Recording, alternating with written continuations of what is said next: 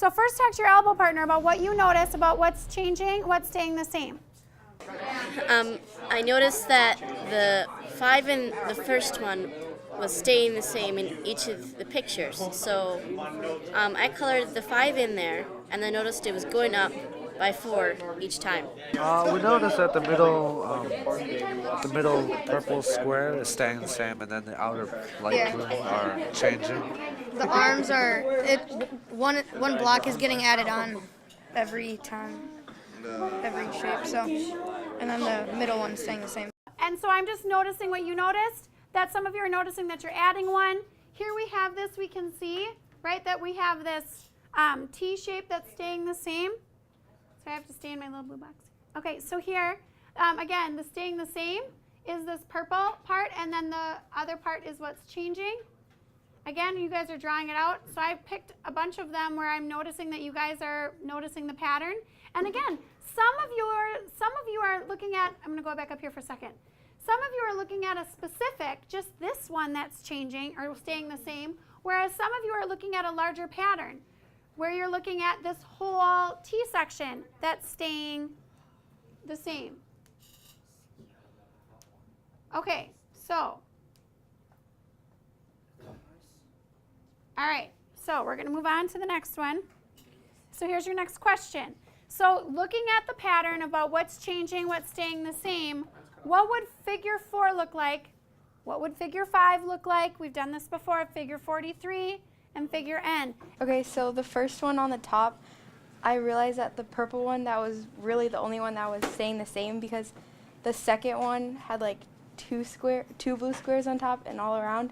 So then I was thinking that the figure 0 would just be the purple square. So then I did 4 and then went 4 up and then 4 to the side, and then same with 5 and then 43.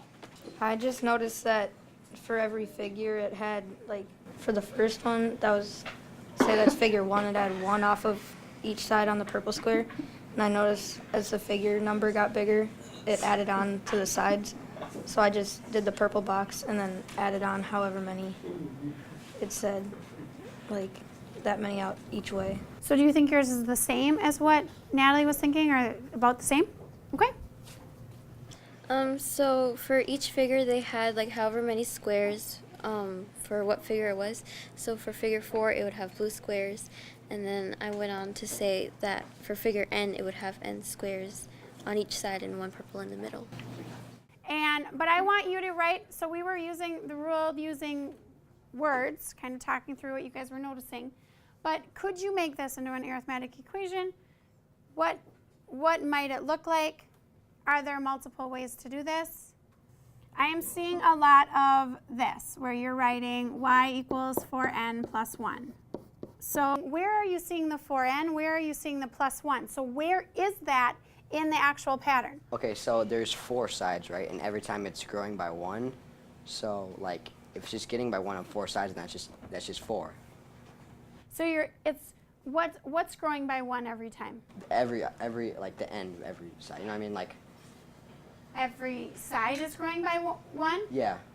Okay. And then the total number of the growth is 4. Okay, so are you talking about, I'm going to help you just structure your thinking a little bit. Yeah. Are you talking about blue squares or purple So squares? blue squares are going by 4 every time, and it's 1 on each side because there's Okay. 4 sides.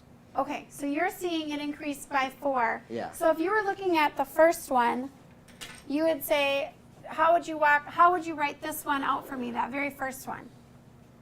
I'd say y equals 4, and then like. And we're not going to worry about this, but how would you see that? How does this one compare with this one? Well, both of them are going by 4. You know what I'm saying? So you're growing by 4. Yeah, and then that purple square is staying the same. Okay, so when you're counting this, Yeah. are you seeing this, are you seeing this as a 1 plus 4 here?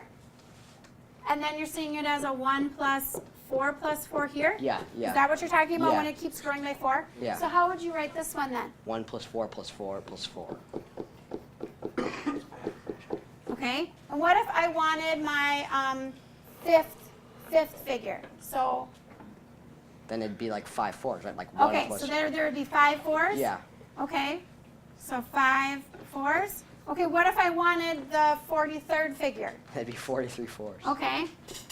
I think you can see where I'm going with this. Yeah. Maybe. What if I wanted any number figure? We'll call that any number n.